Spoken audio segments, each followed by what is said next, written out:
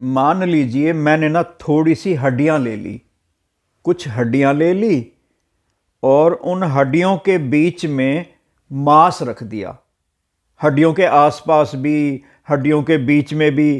कहने का मतलब बहुत सारी हड्डियां ले ली, मांस ले लिया, बहुत सारा खून भी डाल दिया मांस के अंदर, हड्डियों के अंदर पानी डाल दिया, जो भी इस शरीर में होता है वो सब मैंने इकट्ठा कर लिया। अब मैंने ले ली एक आत्मा और उस आत्मा को उस मांस के अंदर रख दिया, तो क्या ये जीव बन गया? यही तो हम सोचते हैं, शरीर के अंदर आत्मा होती है, फिर वो आत्मा कर्म करती है, हाथ हिलाती है, आंखें, सब कुछ करती है। आत्मा को शरीर चाहिए, शरीर वाली सारी चीजें मैंने दे दी, आत्मा को मिल गया शरीर, तो क्या वो जीव बन गया? क्या वही आत्मा जो आसपास हड्डियां पड़ी है उनको हिला सकती है, उनके द्वारा कर्म कर सकती है? नहीं ना। और थोड़ा आगे बढ़ते हैं। अब की बार मैंने क्या किया, आत्मा ले ली, शरीर अभी है नहीं, मान लीजिए ये आत्मा है।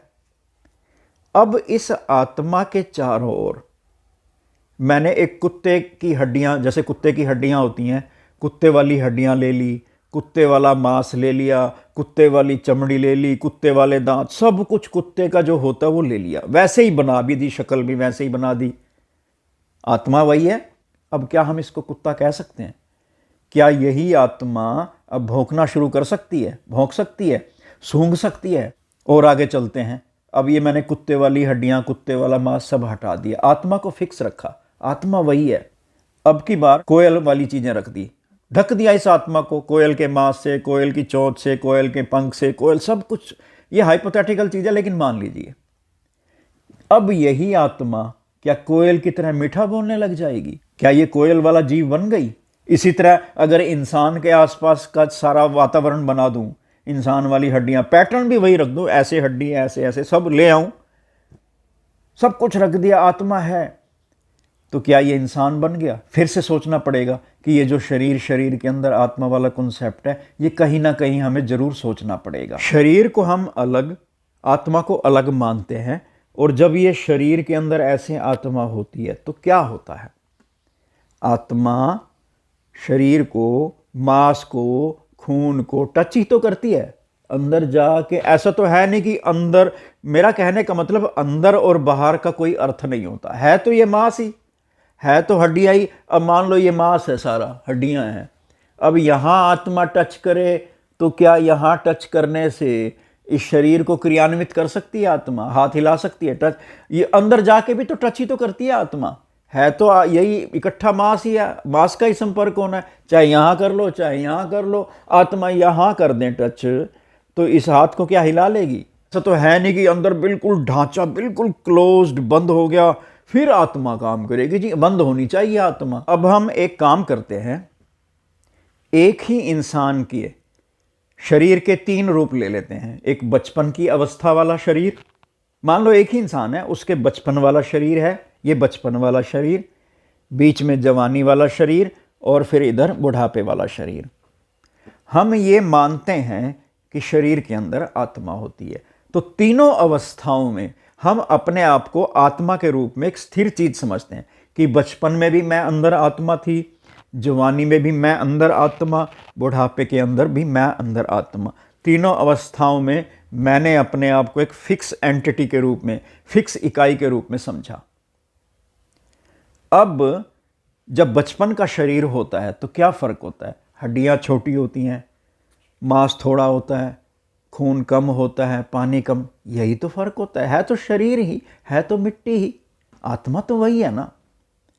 जब शरीर, तो क्या हड्डियों के छोटे बड़े होने से आत्मा के व्यवहार में फर्क आएगा?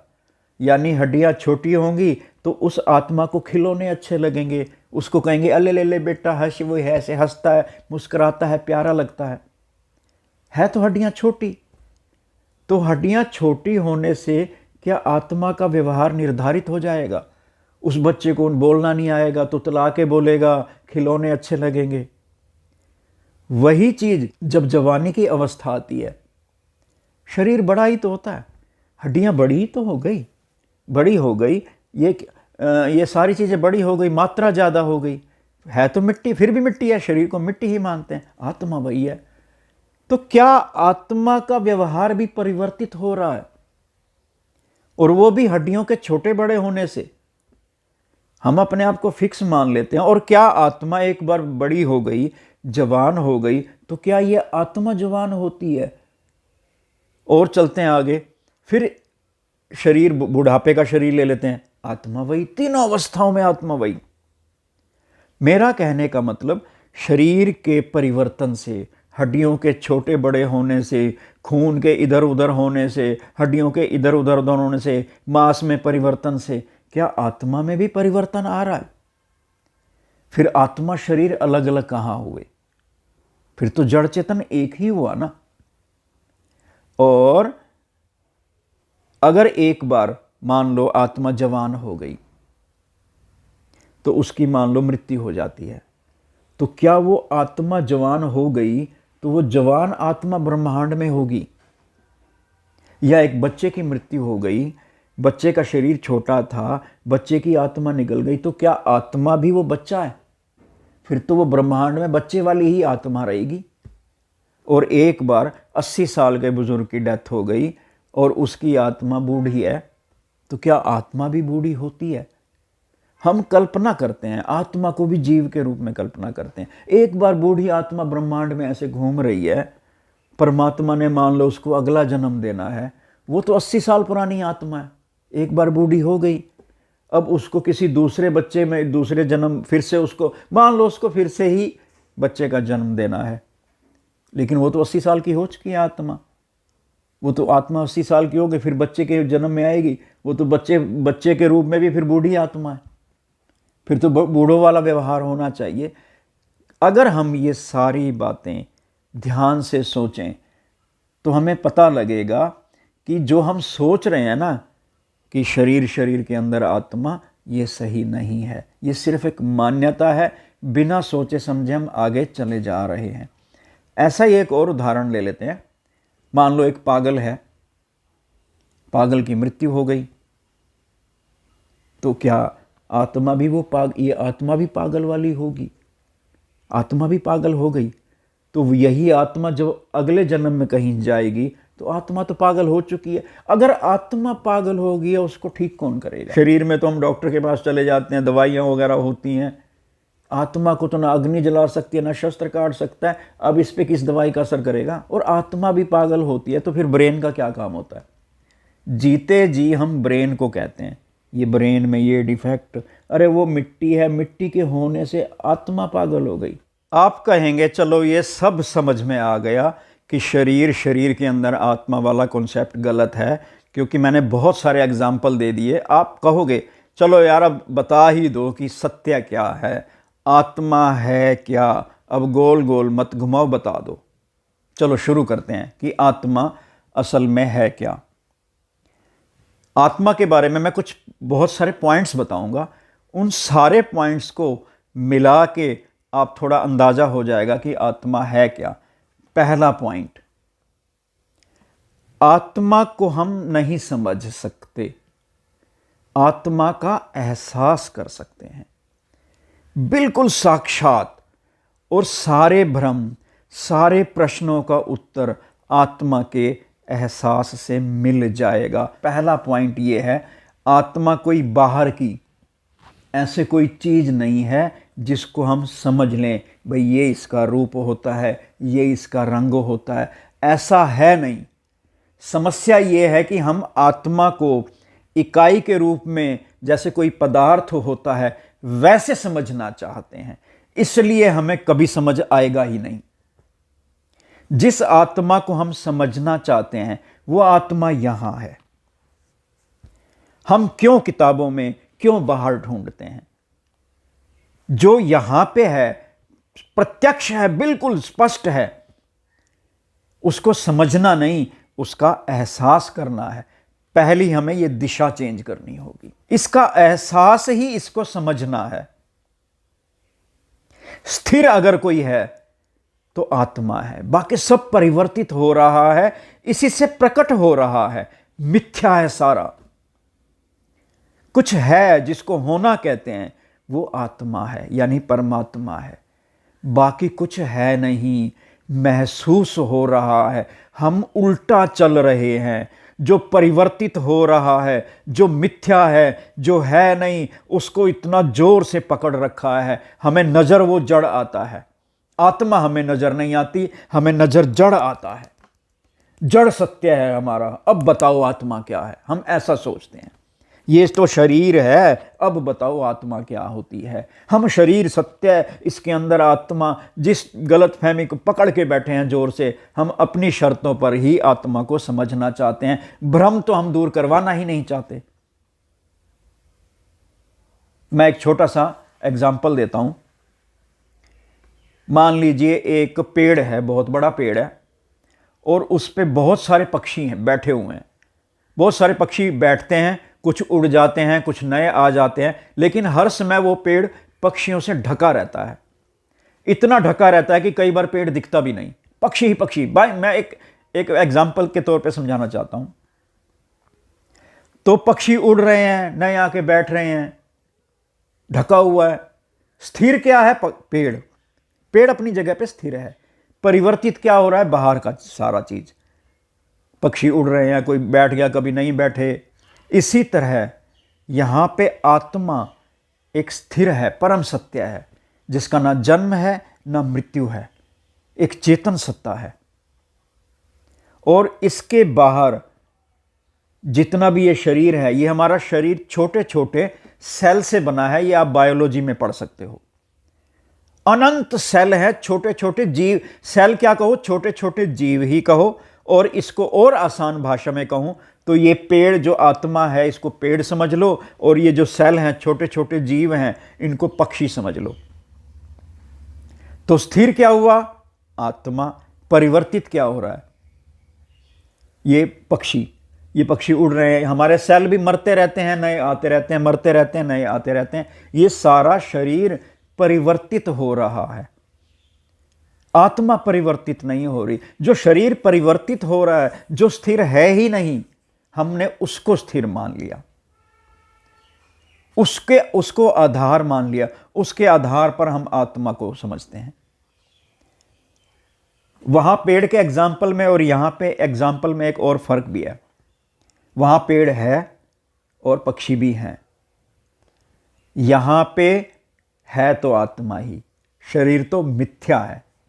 ये तो मैंने समझाने के लिए कह दिया, ऐसा मत समझ लेना कि ये शरीर सेल है, सेल ने ढक रखा है आत्मा को। आत्मा ढकी हुई नहीं है। शरीर का अस्तित्व, ये जो शरीर का अस्तित्व नजर आ रहा है, ये आत्मा का प्रकट रूप है। आत्मा को जीव मत समझ लेना। आत्मा मतलब वैसे हम मानते हैं कि निराकार सत्ता घट घट में है। यही आत्मा जो यहां पे है ना, सेम चीज आपके अंदर है। अंदर का मतलब शरीर के अंदर नहीं, मन के भीतर है। आत्मा एक ही चीज, पूरे ब्रह्मांड में एक ही चेतन सत्ता है। लेकिन कुछ लोगों के मन में प्रश्न आता है, जब सब कुछ एक है तो सुख दुख कौन भोगता है? उस पर भी आ रहा हूं मैं, उस पर भी आ रहा हूं।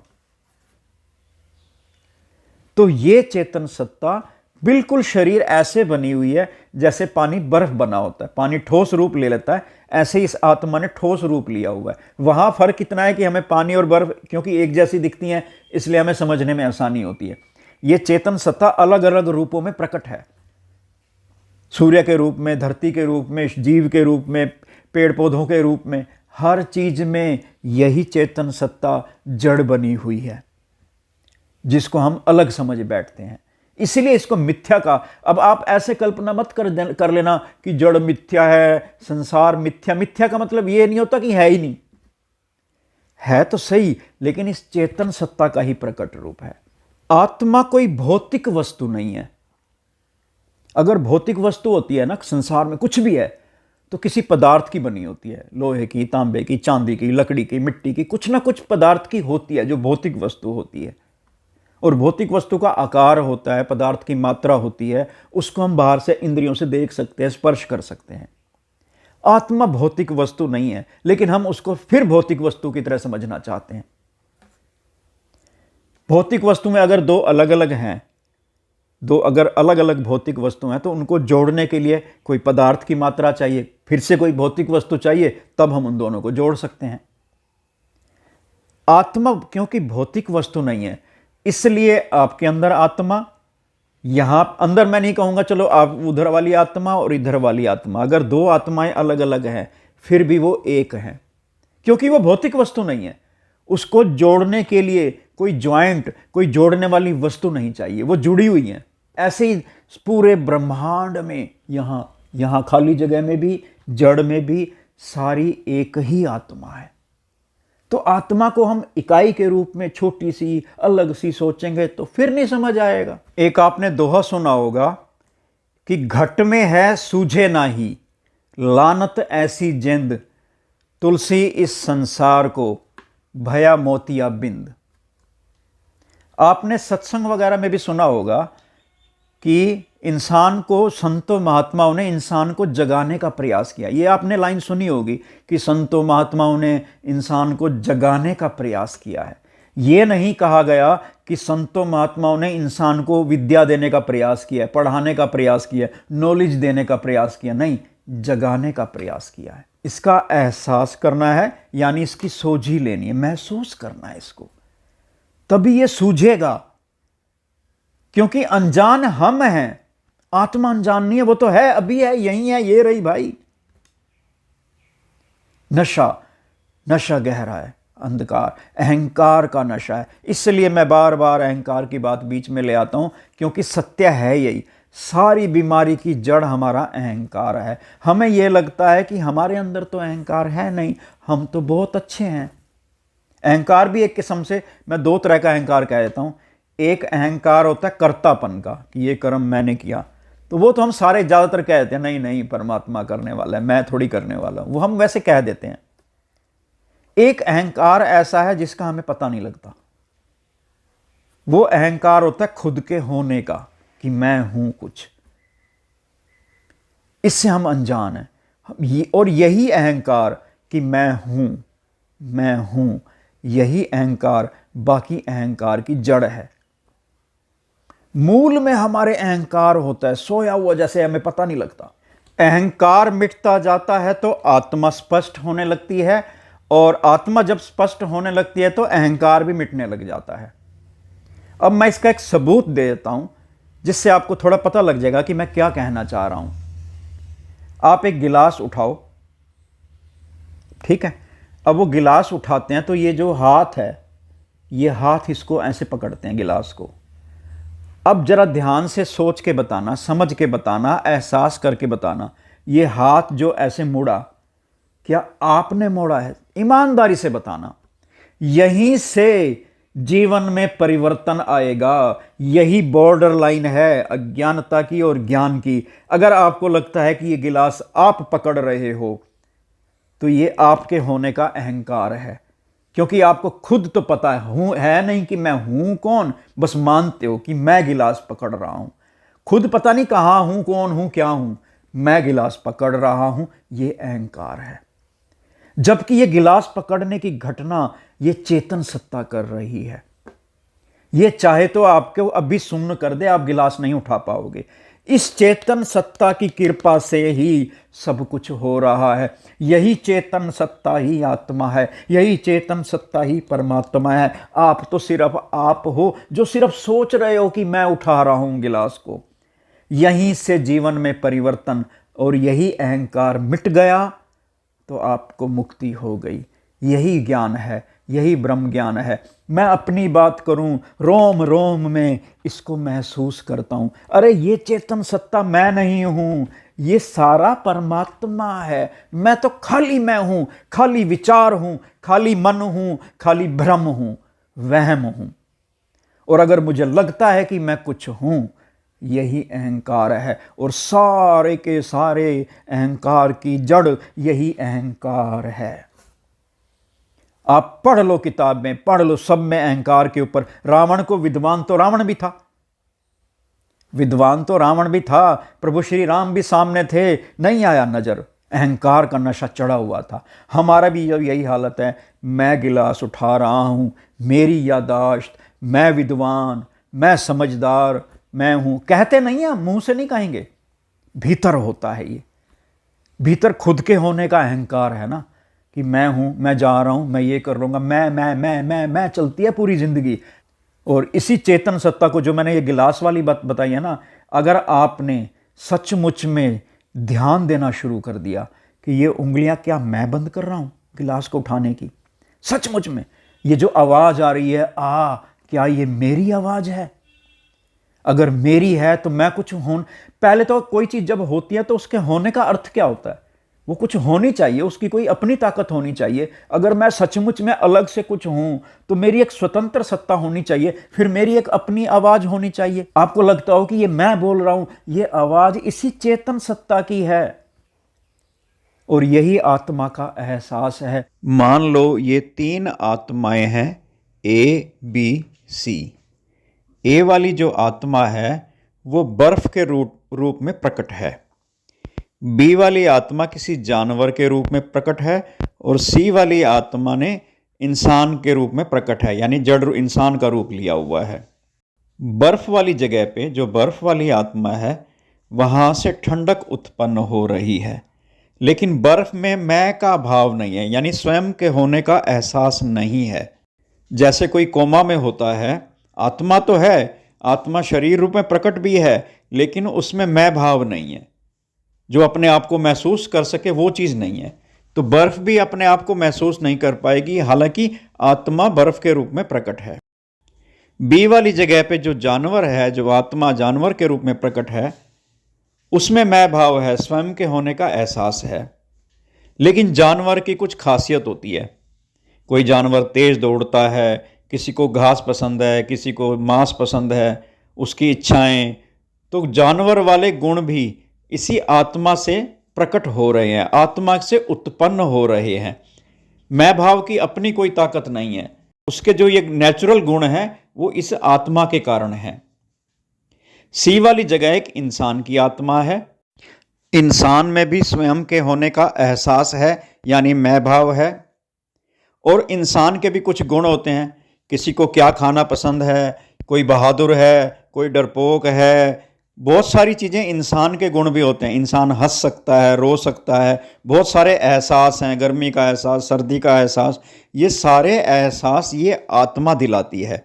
स्वप्न का हो गया, चक्कर हो गया, बहुत सारे एहसास हैं, ये सारे एहसास ये आत्मा इसी मैं भाव को महसूस कराती है। मैं भाव की अपनी कोई ताकत नहीं है कि वो कुछ याद भी कर ले, कुछ एहसास भी कर ले, गर्मी को ठंडा नहीं महसूस कर सकता। तो ये सारे गुण ये अलग अलग इंसान में अलग अलग तरह के ये आत्मा ही उत्पन्न करती है। हाँ, यहाँ पर एक चीज़ है कि इंसान सोच सकता है, लेकिन सोचने की जो ऊर्जा है, सोचने के जो पीछे जो ताकत है वो इसी आत्मा की है। ऐसा नहीं है कि मैं भाव की अपनी कोई ताकत है, क्योंकि मैं भाव खुद अपने आप में कुछ नहीं है, वो भी तो इसी आत्मा से ही उत्पन्न हो रहा है। तो इंसान अपनी मर्जी से कर्म कर सकता है, लेकिन उस कर्मों का जो आधार है, जो सोच भी जो सकता है, उसका जो आधार भी तो ये आत्मा है। ये तीनों आत्माएं दिखने में अलग अलग हैं, वास्तव में ये एक ही आत्मा है। ये तो सिर्फ समझाने के लिए दिखा दिया गया अलग अलग। इसी तरह अलग अलग जगह पे अलग अलग उत्पत्तियां हो रही हैं। ए वाली आत्मा से अलग तरह की चीज़ें उत्पन्न हो रही हैं, बी वाली जगह से अलग तरह की, सी वाली जगह से अलग तरह से। ये सारी उत्पत्तियां ही असल में सृष्टि है, जीव है, सब कुछ। मतलब अपने आप में कोई भी चीज़ अपने आप में नहीं है, सब कुछ आत्मा से ही उत्पन्न हो रहा है। इसी को तो रचना कहते हैं, इसी को तो माया कहते हैं। आत्मा करता है, भोगता नहीं है। दुख सुख में आत्मा नहीं है, आत्मा तो परमात्मा ही है, और यही जड़ बने हुई है। मैं महसूस करता हूं, इस चीज को महसूस कर चुका हूं। और उससे क्या होता है कि जब मुझे पता लग गया कि मेरा कुछ है ही नहीं, तो मस्त रहो ना। फिर जब सच्ची बात बताऊं, मुझे लगता है कि यार ये परमात्मा मेरी कोई अपनी हस्ती नहीं, काहे की अकड़, फिर तो खुश रहो, मस्त रहो। अगर परमात्मा खुशियां देता है, सुख देता है, तो एंजॉय करो ना उसका। मेरे अहंकार की वजह से पदार्थ का अस्तित्व है, मेरे अहंकार की वजह से शरीर अस्तित्व है, मेरे अहंकार की वजह से संसार का अस्तित्व है। मुझे सूर्य सूर्य दिखाई देगा, पानी पानी दिखाई देगा, पेड़ पेड़ दिखाई देगा, मुझे प्रभु थोड़ी दिखाई दे रहा है, क्योंकि मेरे अहंकार का नशा है। मैंने तो संसार को सत्य, इनको सत्य मान के इसको तो पकड़ के रखा हुआ है, छोड़ने को तैयार ही नहीं हूं कि ये मिथ्या है सारा। मिथ्या इसलिए नहीं है कि ये दिखा, मतलब मिथ्या कल्पना करने लग जाओ कि मिथ्या है।